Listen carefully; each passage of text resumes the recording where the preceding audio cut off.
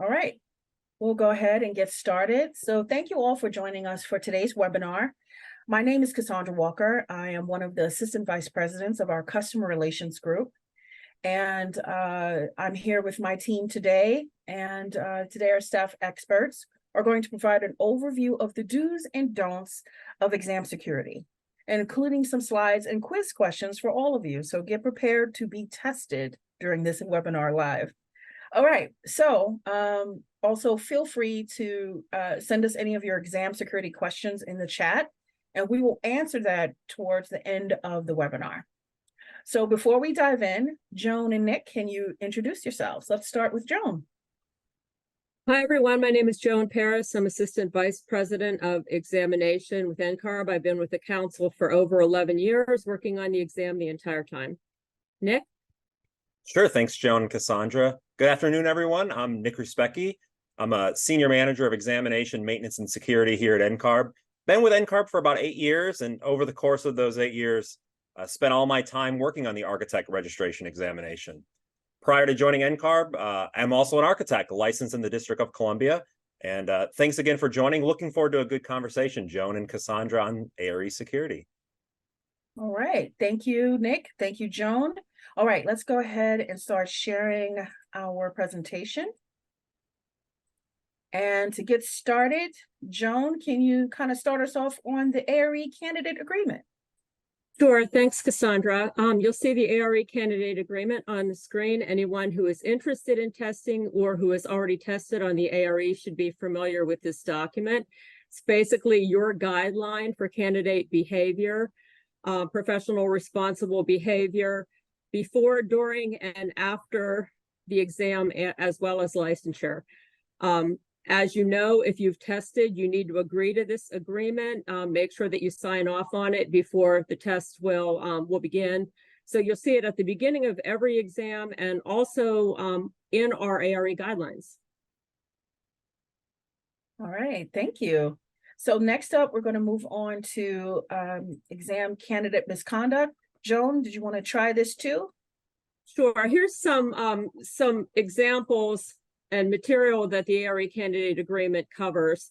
Misconduct includes the following: any sharing of exam content, whether you're copying, recording, obtaining, or sharing, seeking to obtain content. So it's not just obtaining it, it's actually looking for it, going out and seeking it from others. Neglecting to inform NCARB if you receive it. Failing to maintain confidentiality, that's somewhat of a blanket statement. It covers all forms of revealing test content. Inappropriate behavior while testing. We found that some of these issues have expanded due to our remote delivery. So our security policies have expanded as well to include any sort of remote proctoring issues, violating any other exam rules or policies that we've previously established. All right, thank you so much, Joan. All right, so next up, we're going to start quizzing you now. You got to get ready. So Nick, do you want to take us away? Sure, yeah, absolutely, Cassandra. So you all should see a poll question that pops up on the screen here, and you'll see it also on the slide that Cassandra has up. So our first question for you all as current ARE testers, or maybe former testers, or maybe you're preparing to take the exam: why is exam security so important to NCARB? So what do you all think? Is it to ensure the validity of exam results, affirm that candidates have the required knowledge and skills to competently practice architecture, protects the health, safety, and welfare of the public, or is it all of the above? So we'll give you all a couple seconds here to lock in your responses, and then we'll take a look to see how everyone did.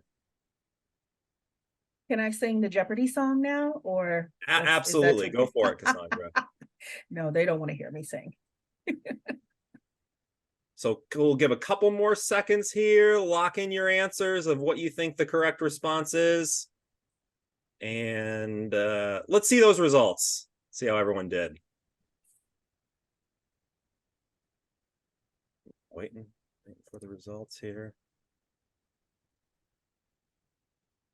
Answers all the above. Okay. Poll results. Cassandra or Joan, are you seeing the results on your screen? No, we do not see the No. results. We see the correct answer, though. Okay, I bet everyone probably got this one correct. So I'm going to go ahead. Cassandra, let's jump to the next slide and we'll give everyone the correct answer here. It's actually all of the above. And this is a real softball of a question for many of you out there, understanding that exam security is really important to NCARB. And there are many reasons for that. First off, validity of exam results. So let's say Joan and I go in and we both take an exam and Joan, let's say Joan takes it first and shares some content with me, shares some of the questions that Joan saw on the exam. I have the correct answers before I even go into my exam. I know how to answer those. When my results are processed, those are not, there's no validity to those results. I was able to answer those without actually competently having the knowledge and skills to correctly answer those questions. So, and actually that goes for bullet A and B. We need to make sure those results are valid. We have to make sure that candidates aren't getting a passing score by not demonstrating those skills and competencies. And then finally, let's say Joan shared her questions with me prior to my exam. I used them to answer questions on my exam. Let's say Cassandra's out there looking for an architect.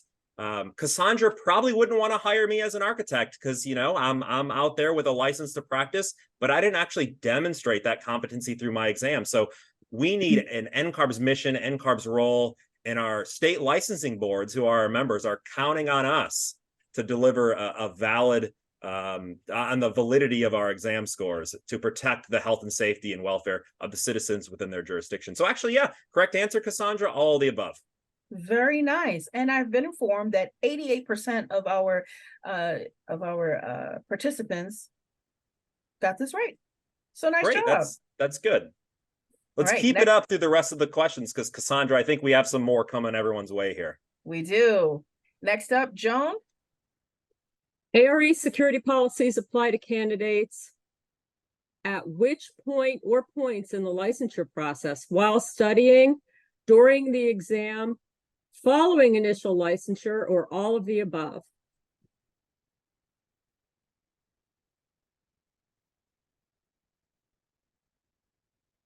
Take a minute and lock in your answers.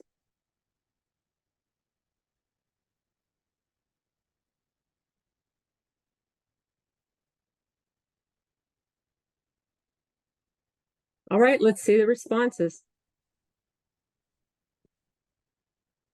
D, all of the above. Security policies not only apply before you become licensed, they also don't only apply as you're testing. As you know, based on our previous discussion on the candidate agreement, they also apply while you're studying, because if you're speaking to someone who's already passed an exam and seeking out content on what they've seen on the division on which they've tested, that's a violation of the policy. Obviously, during an exam, if you're attempting to record a remotely delivered exam, again, that violates the agreement. Following licensure, if a candidate comes to you and asks you about exam content, what did you see on all the divisions that you took, and you provide that information, that's also a violation. All right. We received 93% responses correct. Good job. Very nice. Yeah, Good we're getting job, better here. everyone. 88 Yeah. to 93. Let's see by the end here, Cassandra, if we can get up to 100%. Exactly. All right, Nick, you're up. Next question is. Yeah, so now we're sort of jumping into scenario related questions. So you'll see up on the screen here, let's say you're a candidate and you suspect that you witnessed exam content being shared in a study group. What should you do as a candidate? Notify your supervisor and or firm, notify an architect licensing advisor, post about what you saw in the ARE 5.0 community, notify NCARB, contact an attorney, or all of the above. So just imagine, I know many of you probably on this webinar this afternoon, you're involved in study groups, you're involved with online forums, you're involved with Facebook groups, whatever it may be, you keep your eyes open. And if you witness this, what do you think? Give everyone a couple more seconds to lock in their answers. Okay, Cassandra, let's do it. Let's close this down and see how everyone did. All right. So if you click to the next slide here, correct responses, we need you to notify us at NCARB. If you witness anything, and whether it is actually shared with you, and like I mentioned, if it's in a study group, online forum, just general discussions, text messages, emails, whatever it may be, as a candidate going through this process, it's really important if you witness anything. And the key word is here, it doesn't have to be confirmed. It's if you suspect anything as far as content being shared, you really need to reach out to NCARB. What NCARB does is we take every email or claim seriously. We investigate them all and we look into them. So if you jump to the next slide, Cassandra, one note about this is Joan was talking about the ARE candidate agreement to kick off this presentation. And one of the terms that every candidate agrees to is that they are going to notify NCARB if they believe they have received exam content by any means of communication. So that could mean as simple as, let's say Joan, Cassandra, and I, we're in an ARE study group together, and I'm sitting there and I hear Joan and Cassandra. Joan's like, "Hey, Cassandra, did you have any questions? What were the specifics of your ramp-based questions you had on the exam?" And Cassandra was like, "Yeah, I had this one. It was a hospital, and I had to design a ramp that was a 36-inch rise." If I hear that, it's my obligation to report that to NCARB because that's disclosing exam content and a violation of the ARE candidate agreement. So it's this agreement, by agreeing to it, you're not just saying you're not going to disclose or discuss content, you're also going to report it if you do witness any discussions of this as well. Joan, do you have anything to add to this? Yeah, I do. The safest thing to do in a case like that is don't reply to that email, forward it to Nick, and he's going to provide you contact information for any sort of violation that you can forward on to him and his team and our exam team to look into these specific cases. Don't forward it on, don't share it with anybody, because then, you don't want to implicate yourself. You want to do the right thing and just let us know. All right, Joan, thank you. All right, let's move on. We're getting into the realness now of exam security. So next question, let's put up those polls. And Joan, you want to take this one? Sure. Asking a coworker who recently took an exam to share details about what they saw on their exam is considered a violation of the ARE candidate agreement. True or false?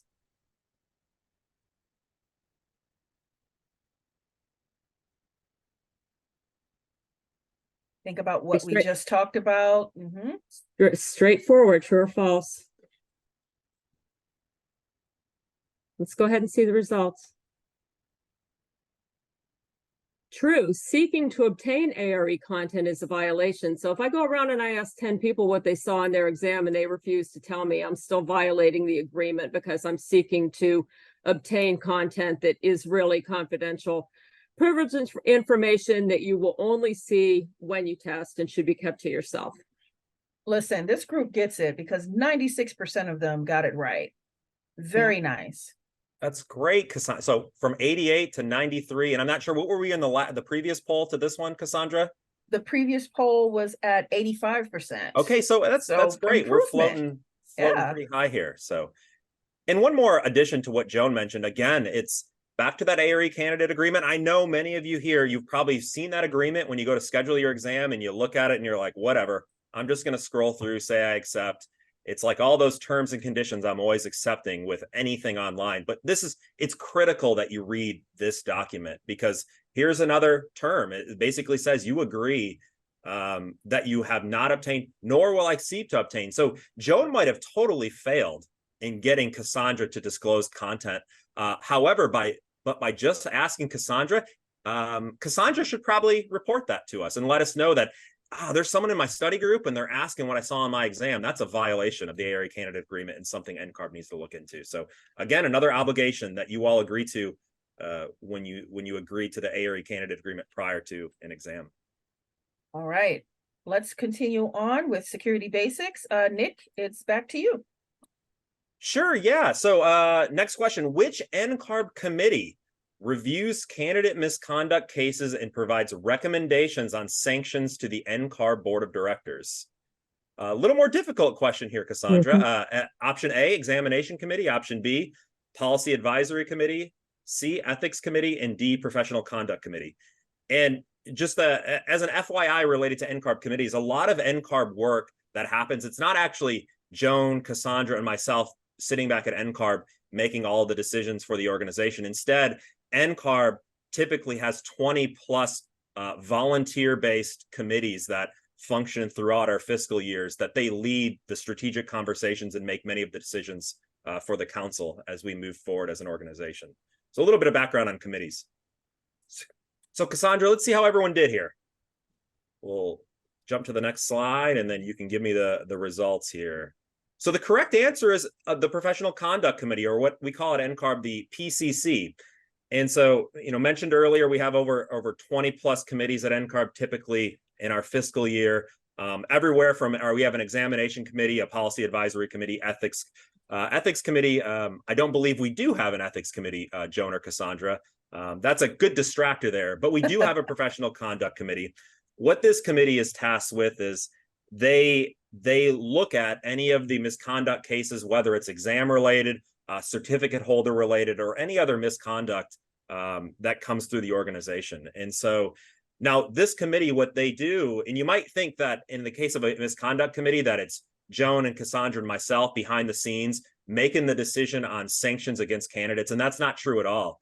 NCARB's role in any misconduct case is we do the investigation, we get all the evidence together, we present all that information to our professional conduct committee, and then the professional conduct committee actually then makes a recommendation on potential action against a candidate because of misconduct to our board of directors. And the ultimate call then comes from NCARB board of directors. That's where the sanction ultimately comes from. But professional conduct committee is the committee that reviews misconduct cases at NCARB. So this was a learning question for our participants today because we had a 37% correct response rate for this one. It was a little bit tricky, but that's okay. That's all right. Yeah, and I think that, Cassandra, to add to it, I think the key takeaway here is for all of you to know is NCARB has a committee, not made up of NCARB staff. Instead, the volunteers, many coming from our state licensing boards, who then they review these cases and make the recommendations. It's not us as staff. You don't need to remember it's the Professional Conduct Committee. If you walk away from this webinar this afternoon knowing there's a committee that reviews these cases for NCARB, you're in great shape.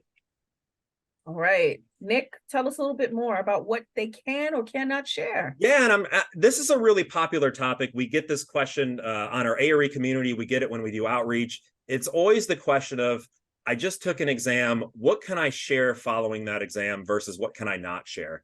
And I think the easiest way to think about it, you'll see in the OK column or the OK color there in green, broad concepts. So if you walk away from your exam and let's say I just took my project planning and design exam and I'm like, yeah, I had some questions, or let's say project development documentation. I had some questions on elevators, steel structural systems, building envelopes, egress. Describing broad concepts that you saw in your exam, there's no problem with doing that. The real issue becomes is when you get into the details, the specifics of what was included on your exam. And when I say that, there's some examples up on the screen. Saying you had a question about a grease interceptor location in an urban restaurant, that's really specific, too specific. That would give another candidate an unfair advantage than going into their exam. This doesn't just apply to items, it also applies to the case studies and the case study resources that you'll encounter on your exam. So the second example there, one case study was in addition to a 3-story historic residence built in 1910. Again, very specific. You don't want to be talking about any of that information following an exam. Stick to those broad concepts. I had questions on designing ramps. I had questions on determining accessible parking. I had questions on designing egress. I had questions on sprinkler systems. If you keep it generic to the concept without the details or the scenario deciding how you were assessed on that concept, you're going to be okay. And I think, Cassandra, we're going to look at some examples of this specifically. So get ready to poll. Okay, Nick, so yeah, this section, what can I share from my exam? Okay, imagine you're a candidate, like many of you are, and you have a colleague at your firm, and you go to that colleague and you say, hey, if you're prepping to take the PPD division soon, make sure you understand daylighting and passive systems. and how to read construction documents. I also had 2 case studies on my exam. Let's say I told my colleague that. What do you all think? Is that acceptable or is that unacceptable in violation of the ARE candidate agreement?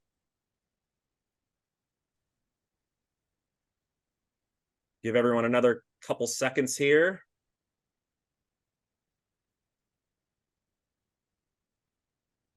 Okay, Cassandra, let's reveal the answers then. This is actually acceptable. And so, like I talked about on the previous slide, by saying understanding daylighting and understanding passive systems, those are very broad topic areas. Daylighting, there's a lot that goes into daylighting. Same thing with passive systems.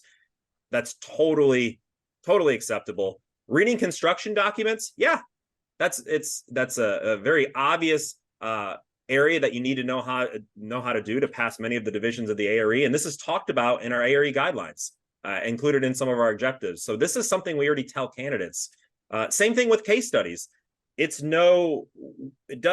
already tell all candidates through our ARE guidelines that all exams are going to have 2 case studies. That's information that NCARB publicly is transparent about on the exam. So therefore, a candidate saying this is not in violation of anything because it's already public information. So how did everyone do, Cassandra? It looks like we have 83%. We're creeping back up. Awesome. We went from 37 to 83, so very nice. Great. Well, let's take a look at the next scenario. All right, next up. Okay, so now you're a candidate and you're in a study group and you go to that study group and you say, I just took my project management exam yesterday and I had a bunch of questions about how a project manager in a medium-sized firm should staff a 10,000 square foot bank project. I wasn't sure how to answer most of the staffing questions. Is this acceptable or unacceptable? Give everyone a couple seconds here to lock in their answers.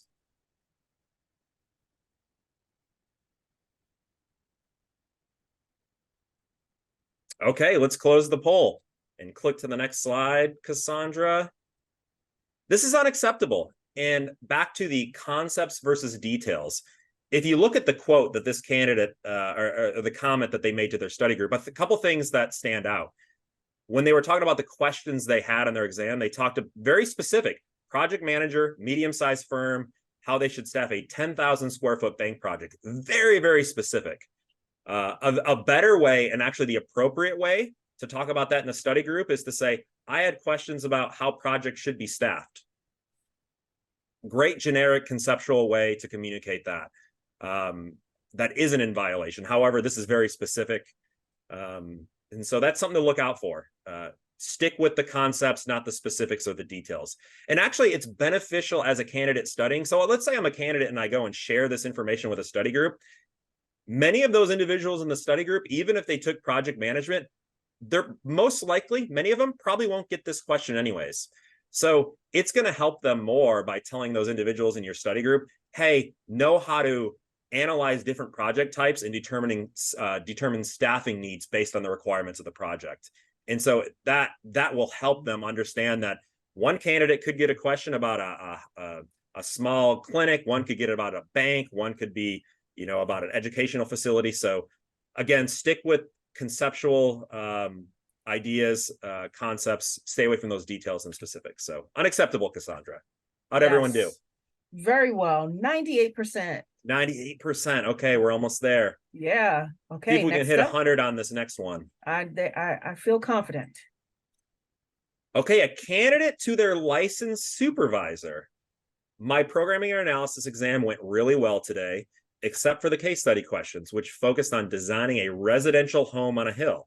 Since I don't work on residential projects, I struggled with the case study questions. Let's see what everyone thinks of this. Again, as you're reviewing this, think about, is this quote getting into concepts, or is it a little too detailed and specific? So let us know what you think in your answers. Take a couple more seconds here. Okay, let's go ahead and close the poll. And the correct answer is, yeah, this is unacceptable. Very similar. If you click next, Cassandra. Oops, sorry. No problem. Very similar to the last question that we looked at. It doesn't matter that their supervisor is already licensed. When you sign the ARE candidate agreement, that means you can't disclose what you saw on your exam to anyone. You can't, relatives who maybe they're not even studying architecture, know nothing about architecture, you can't talk about what you saw with them. It could be a licensed supervisor, can't talk about it with them.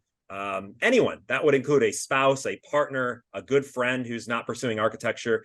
The idea behind this is what you see on your exams from a detail level stays with you only. You cannot share that information with anyone, regardless of their relationship with you or whether they're pursuing architecture or not. So in this case, problems with this is it's focused on designing a residential home on a hill. Again, getting into really specifics, residential home, and then giving some criteria around where the home is located from an environmental standpoint. So that's really a no-no. An acceptable way to frame something like this with a supervisor or even a study group is to say, understanding, I had questions related to siting and designing buildings on different types of sites with different type of environmental constraints. That's a safe way to talk about this type of thing. Mm-hmm. So in this case, the group, the participants received, let's see, 49%. Yeah, and this is the thing about this, Cassandra, and actually, Joan, you could probably talk about it a little bit, is these questions that we're getting into now, this is a very gray area. This is tough. And so one thing to know as a tester or someone involved with a study group or an online forum, the best thing you can do is play it safe and don't even go to these gray areas where you think, this might be okay. If you have to second guess yourself, whether you think it's okay to share or not, it's probably your best bet not to talk about it or not to share it. Just don't even go there, and then you will have nothing to worry about as a candidate. But yeah, Cassandra, this is a tough. It's in that gray area. From NCARB's perspective, we would look at this as being too specific, too detailed, and we would call it unacceptable. All right, let's move on. Okay, one more, and I think this is, Cassandra, our last question within the scenarios for what you can share from your exam. So, correct. Candidate posts the following on an online forum. So this could be within our ARE online community. This could be within a Facebook group. This could any sort of online forum that you're a part of. So I took the construction evaluation exam today and thought it was pretty easy. Only had a few calculation questions, but a ton of questions on AIA contracts. Make sure you read through the A201, B101, and C401 before you take this exam. This is a trick. This is a tough one, Cassandra and Joan. We'll see how everyone does. This is a tough one. Yeah. So we'll give you all a couple seconds to respond to this.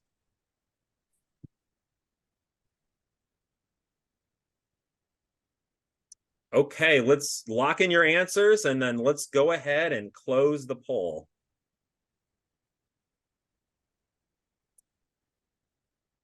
Okay, and click next. And this was a tough one. This is acceptable. And a couple of things that I want to point out within this quote here that you see up on the screen is this candidate posting about contracts that were included on their exam. We already provide that information within our ARE guidelines through the objectives for a division. And then also we have a reference matrix that says which contracts are going to be included within each divisions of the exam. So I think what this slide is really starting to illustrate, and Joan's going to talk about here in a second, is any information that's already in our ARE guidelines as public information or even on NCARB.org, you're free to talk about with your study groups, so an online forum, with whoever you want, because that's NCARB has already provided that information out there publicly. So a good check for you all, if let's say you were thinking about posting this on an online forum or maybe with a study group and you're like, oh, can I talk about the contracts I saw during my exam? Best thing you can do is go look over in our ARE guidelines and see if we're already providing that information out for candidates. In this case, we're already providing that information, so it would be acceptable. All right. So the group looks like 64% right. Good. All right, moving right along, throwing it back over to Joan. Okay, what happens if I violate the ARE candidate agreement? And you'll see a list of some disciplinary actions for misconduct. And again, these issues do go to our professional conduct committee. It's up to them to make a determination on disciplinary actions, and whichever actions they decide on, those are referred to NCARB's board of directors to make a final decision. Sometimes the board modifies those, but ultimately it is up to the board what the disciplinary action that takes place is. We can invalidate scores on our end. We can suspend your authorization to test, revoke eligibility to receive the certificate. Ethics education may be required, and the public reprimand. And I'm sure some of you are familiar with previous cases where you've actually been able to see the results of a violation because there has been a public reprimand. Keep in mind, NCARB supports all of our member boards. Licensing boards may take additional action. We make decisions on our end in terms of how disciplinary actions are going to be carried out. The board makes a decision on their end how they want to handle any sort of a violation. Nick and his team keep the relevant member board or boards updated throughout the investigation process so that they're aware. Obviously not every detail. They're not concerned about every detail, but they are concerned about what the violation is and what NCARB's board of directors has decided to do. All right. So next up. All right, ARE Joan? guidelines. Nick has mentioned that if something isn't discussed in the guidelines or on the website, just don't talk about it. It's a pretty simple, straightforward guideline to follow. If you don't see it in writing, either on the website or in the guidelines, your best bet is to just not share. And now, if you do experience something, Nick, can you share about that? Yeah, absolutely. So recently, several weeks ago, many of you probably saw in our ARE update that went out. We have a new email address, so aresecurity@ncarb.org. You all out there, NCARB is not in all of the study groups. We don't moderate all the forums out there. We do our best, but we don't have our eyes everywhere. It's literally impossible for us as an organization to do that. So instead, what we do is we count on you all. Many of you who are here today at this NCARB Live to learn about security, you are the eyes and ears out there protecting the profession of architecture. And so we're counting on you all. If you see something going on in a study group, online forum, whatever it may be, know that behavior, if there is cheating, it could undermine the validity of your exams, even if you pass them legitimately. So it's really important to protect yourself, protect NCARB, protect the public. Make sure to reach out to us and report any concern that you see, aresecurity@ncarb.org. And then you'll see it at the bottom. Your name, it remains totally confidential with us. NCARB will not disclose it to anyone unless it's required by law in some sort of situation. So please help us out. There's more information on this on our website. This ARE security tip line, you'll see it if you go to ncarb.org and then they pass the ARE, you'll see the tip line link right there. So please help us out and know it's sort of part of your responsibility too. Back to Joan at the very beginning, talking about the ARE candidate agreement. If you witness something, you need to reach out to us and report it. All right. Thank you, Joan and Nick. This was exciting. Had some great polls. So let's move on to the Q&A portion of our webinar. So everyone, if you have any questions you want answered, enter it via the Q&A tool, and we will do our best to get to it. We do ask that you focus on questions related to exam security. And if you have any other questions related to anything else outside of that topic, save them for the ARE community. You can send them to customer relations if you need support. So moving right on along, our first Q&A question, is it okay for candidates to brain dump and write down what they saw on their exams? Are personal brain dumps okay if you don't intend to share them with others? Maybe the context of the question about brain dumping. If brain dumping is referring to writing down exact questions that you had to try to find the answer, absolutely not. You even if it's for your own use, you can't do that. However, as Joan's saying, if you want to, write after your exam, you're like, man, I really need to brush up on passive systems and the use of PV panels in different climates. Absolutely. But brain dumping actual questions with response options with the intent to look for the answer, yeah, you can't do that. Even if it's for yourself and you don't plan to share it with anyone. And why NCARB Well, cares about that is imagine if I was writing down exact questions and someone else gets a hold of it. Now I've just disclosed all of these questions to someone else, even though I didn't intend to do that. I actually did. So I think, Joan, getting to your comment about the notes, 100% acceptable, but you can't replicate the actual details of the questions, I guess. Is that sort of context to yours, Joan, your comment? yeah, that's exactly what I'm saying. It's also very valuable from the candidate's perspective to realize that writing down specific questions, there's very little benefit to that, because the likelihood of you're taking that division again and seeing that exact question, you're actually doing yourself a disservice. You're better off by writing down, by making notes of things that you need additional study on rather than a specific question. There's not a value in trying to memorize questions unless you wanted to share it with someone else, which is obviously a violation. Exactly. Thank you. All right, next question. Can you confirm that it's okay to share broad topics from your exam, especially if they're mentioned as a section or objective in the exam content portion of the ARE guidelines? Some viewers have commented that they think candidates should never share any exam content, period. Yeah, that's broad concepts, as we mentioned, acceptable. And the thing about it is, if you go into our ARE guidelines, you'll see roughly maybe 12 to 17 objectives per division. And those objectives, they contain content information. They say what that objective is on the exam.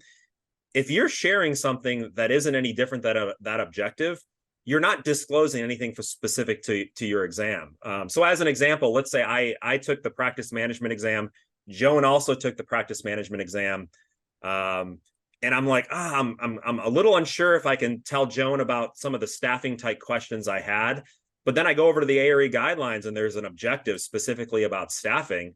Well, I'm not really disclosing anything because it's already public information that's in an objective. It will be on the exam. And the thing about the objectives in the ARE guidelines is you will get questions from every single objective. You will. That's how the form assembly rules. That's how the test specification is written. So you will get those questions.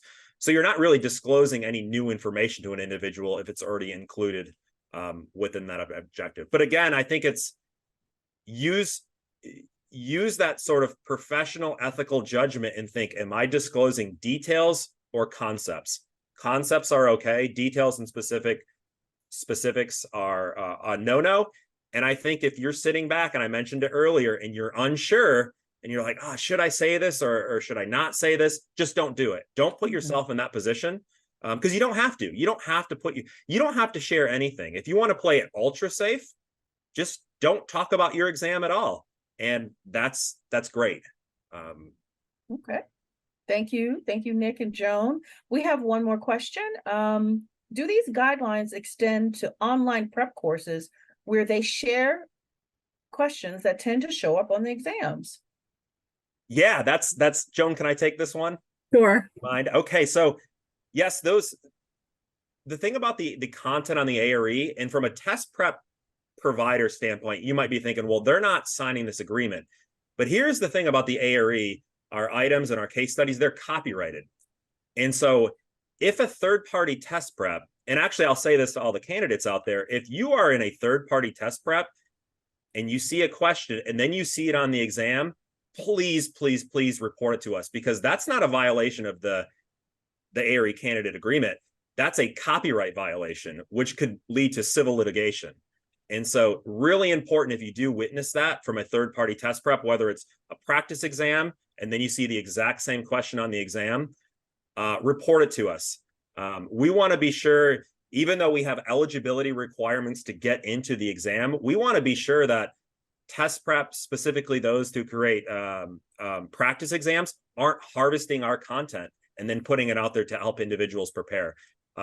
In those cases, NCARB would pursue civil action against that third-party test prep if we did find out that they were in violation of our copyright, our items or case studies.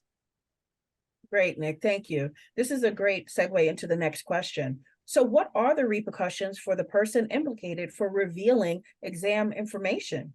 Many candidates may divulge this innocently without any ill intent, I'm concerned about a willingness to report someone in such a situation.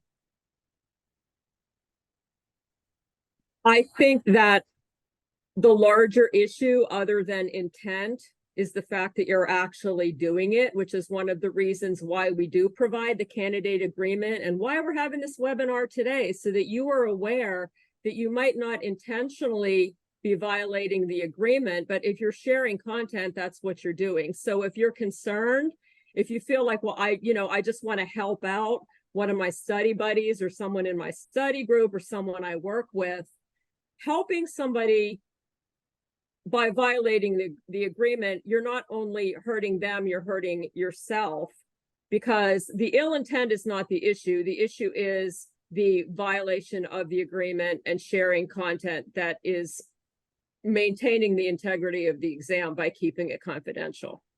And I'll add to this, Joan, by not reporting it, you could get yourself into even more problems. And the reason I bring that up is, after every single exam that's administered, we do forensic data analysis on the back end. And I'll just be honest, Joan and Cassandra, it's sort of scary, all the information that we have about someone's exam administration. We know a lot about your administration. And so when we do these analyses, if candidates had access or prior knowledge to items, a lot of times that is brought out through this data forensic analysis.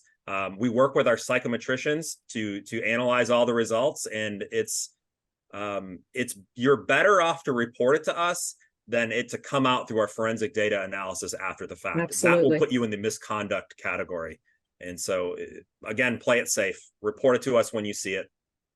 Protect Absolutely. Exactly. And this is why we now have an exam security team, because this does require a lot of review of the forensic analysis data that Nick and his team receives. There are many different ways to violate the candidate agreement, as you've all just heard. And, Nick and his team spend an extensive amount of time not only reviewing tips that we receive, but also digging deep and investigating details. So you can implicate yourself along with others who may know what they're doing and know that it's not right to do, and they're doing it anyway. If you're not reporting it, if you're aware of it, if you're part of an email thread and you're not even sharing anything yourself or using the information, you're still implicated just by the connection that you've established. So that leads us right into the next question. So can you share more about the investigation process for the Professional Conduct Committee? How long does it take and what's involved? Sure. Yeah, that's a good question. So the investigation process, it's not short. It doesn't happen in a week, 2 weeks, even 3 weeks. Typically, there are many months involved in the investigation. So just going from the very beginning, Cassandra, let's say someone reaches out to our ARE security at ncarb.org email. We look into every complaint or email that we get. We've also had, and that's typically what has led to many of our investigations in the past. Once we receive that information, we start digging into everything we can get publicly available, whether it's through online forums, through social media. We start looking at the exam history of individuals potentially involved. We can look at everything. We have information on their AXP, the firms they were at, where they tested, when they tested. We start piecing all of this, and obviously there's a lot more data that we can pull on, but we start piecing it all together, and we pull all that evidence together. Once we have, and typically that could take several months. And if we suspect there's any sort of exam misconduct, NCARB does reach out to the candidate and give them an opportunity to clarify any of our concerns or provide us with additional information that would satisfy or I would say remove any doubts we have on the validity of the exam score. So we give candidates an opportunity. We'll reach out. We'll say what our concerns are. They can respond and let us know anything that would maybe clear up the issue. Typically, then what happens at that point is the candidate would be informed that they're going to our PCC, Professional Conduct Committee, for review. And so NCARB staff and our exam team, we go and we take all that evidence and we present it to our Professional Conduct Committee. They, through their rules of procedure, which are publicly available on our website, you can search PCC rules of procedure. That outlines the process that committee uses. And then also, we have the policy for the ARE, exam candidate conduct, also exam candidate misconduct, also available on our website. That document outlines the different categories of misconduct. So our PCC reviews both those documents. They look at all the evidence that NCARB staff was allowed to pull together, and including if there's any sort of whistleblower emails, phone calls, whatever it may be. PCC reviews it, determines if there was any sort of misconduct. If they determine misconduct, they could decide, you know what, we don't think there was misconduct. We'll send the candidate a warning letter and case closed.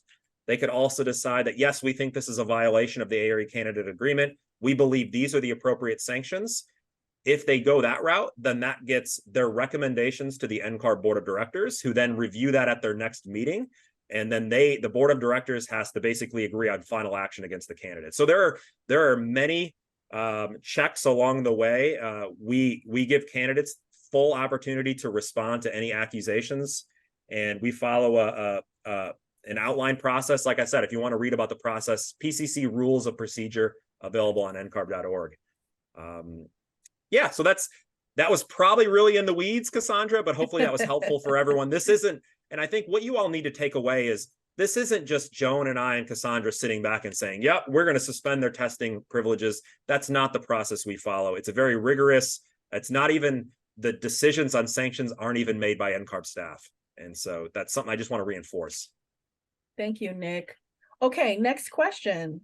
Can we recommend reading specific chapters of books from the ARE reference matrix?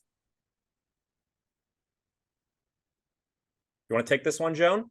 Sure. That's a pretty broad recommendation to read a specific section. That's not providing any detailed information on any specific exam questions. So yeah, it's acceptable. All right, great, thank you. Okay, next question. If I take an exam and see a question I found on a third-party test prep and then report it, would that impact my score? Would my score for that item be removed, leading me to potentially failing that exam? There's a lot that goes into that, because if you report the question and we see, so I think we haven't had this instance happen. We don't have a precedent for it. But thinking about that, if you submit a question and we find out that it was identical, and we would look at how many candidates were exposed to it. Because I think the thing about that item is, let's say a third-party test prep had an item from PPD, Cassandra, Joan, and myself, we all used the study off it. We went and took our exams. We're like, oh, this looks familiar. I had this in my test prep. NCARB would look at that as, that's not a valid item. That's not a valid measurement of your knowledge or competency. And so in those cases, NCARB would probably do an analysis of who got that item, who got it incorrect. NCARB wouldn't go to this candidate and say, we're invalidating your scores because you had this item. That's not what we would do. It would be a much, depending on the circumstances, it would be a much bigger analysis on our end to really look at, was the item exact? Like if we're talking word for word, that's very different than if it's a variation of an item. If it's in a variation of an item, probably not going to be an issue. If it's word for word, and I mentioned it earlier, this would be a much bigger issue because we're talking copyright infringement. But I guess to answer the question, we wouldn't automatically invalidate that candidate's exam if they reported that to us. So I think that's something to be aware of. We would look at the circumstances of that candidate. We would look at their exam results, and we would make a determination based on that. Thanks, Nick. It looks like we have time for one more question. Here's the next one. Can you review the free NCARB practice questions provided in the online portal in a study group together to understand concepts better? Yeah, I was actually thinking about bringing up the practice exam because I monitor the community every day and I see people asking specific questions about practice exam items. Those are all public. So you can post on the community asking about a practice exam question. You can discuss it in a study group. It's a practice exam. Those items are not on the exams that you're seeing when you're in the test center or testing remotely that's actually a formal exam administration. Those practice exam questions are available to help you understand the types of questions that you will see on the exam, but you're not going to see a word for word representation of that item from the practice exam on an operational exam. Wonderful. Thank you, Joan. All right, one more question, because this has created some controversy with our candidates and our participants. Okay. Can we clarify the difference between a brain dump and perhaps taking some notes after an exam? I think there may be some confusion around that. Can we share that one more time? Yeah, so I think the way, and maybe let's not even refer to one as a brain dump and one not a brain dump. And let's just talk about what you can and cannot write down following an exam.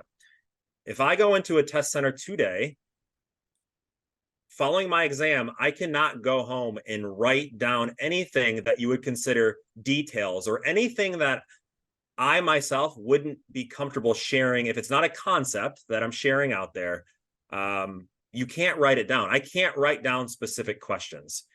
And I'll actually, several years ago, many of you probably saw the email. This was I don't know, Joan, 2018, we had a series of candidates who were brain dumping what they content from their exam. And that got them into a lot of trouble. And so if you think of brain dump as writing down questions you saw or specifics related to the questions you saw, that's a no-no. However, if you go home and you write down, yeah, I need to brush up on hydraulic elevators, I need to brush up on LED lighting, I need to do a little more work understanding the A201 or the B101. I need to understand staffing as a project manager. That type of, and I don't even want to call that a brain dump, but that type of note taking on areas you need to brush up on following an exam, that's totally fine. You're not disclosing specifics of content from your exam. Those are broad concepts. But don't write down anything related to the specifics of the questions, I think. And if that's sort of the context of brain dump, absolutely not. Don't do it. And also, if you see it, if you are in a firm and you study group and you go to the firm box folder and you see that, oh yeah, John has his notes here. I'm going to take a look at his notes from the exam, and you see anything that looks like a brain dump, please report it to us. We need to know that. That's disclosing exam content. So, and I think, Nick, if they refer back to their ARE candidate agreement, bullet 5 makes it very clear. I agree that I will not copy or attempt to reproduce ARE content for my own later use. Yeah. So anytime you're trying to replicate or reproduce ARE content, you are in violation of the ARE candidate agreement, and you're on the wrong side. So just don't do that. Yep. So think of it this way. You can brain dump on a sheet of paper what is acceptable to share verbally with someone else. Maybe that's a way to think of it. Right. So we are at 3:55. And I want to ask Joan and Nick to each share a takeaway from today's discussion. Nick, what would be your main takeaway for today's group? And I think it actually goes to what we were just talking about. If you are unsure, don't share it. Just don't do it. Don't put yourself in that position where you potentially could be in violation of the ARE candidate agreement. And then also, to that point, use the ARE guidelines as sort of a gut check. If you are unsure, go over to the ARE guidelines and say, you know what, NCARB actually says that there are 2 case studies already per exam. So I can talk about that in my group. Or NCARB says that I'm going to get questions on selecting structural systems in the PPD exam. Oh, okay, then I can go tell my study group I had questions on selecting structural systems. NCARB already says that in the guidelines. So when in doubt, check the guidelines to see if it's already publicly available information. If you're still unsure, just don't share it. Protect yourself, protect the public, protect other testers, and don't talk about the content you saw. So that's what I have, Cassandra. Thanks, Nick. And now, Joan, what's your main takeaway for this very smart and now well-informed group? My takeaway goes back to the list that Nick has provided regarding everything that NCARB and the exam team can see around each candidate's testing experience on our end of things. Not only can we see item level performance, the amount of time taken for you to test, where you tested, when you tested, who tested with you. There's also the forensic analysis on the back end that is more indicative of performance. So for example, if you test in an extremely short period of time, that's suspicious, and we'd be able to see that through forensic analysis. That exam would be flagged, and then Nick and his team would look into that. So we have a lot of information available on the back end in our system regarding each candidate's testing experience that also helps Nick when he's investigating specific confidentiality or security issues. So I guess a less tactful way to put it would be, if you think that you can get away with something because you're smarter than the evidence, the evidence in many cases speaks for itself. Thank you so much, Joan. So just to wrap up our session today, thank you so much for everyone who took the time to attend and take the polls and learn more about exam security. If you couldn't see the entire webinar, that's okay. You'll be able to watch a recording later on our YouTube channel. And then if you have any questions in the meantime about exam security or any other support with it in regards to ARE, please reach out to our customer relations team. And you can reach us at www.ncarb.org/contact. And then we're so glad you were able to join us, and thank you so much. Have a great rest of your afternoon.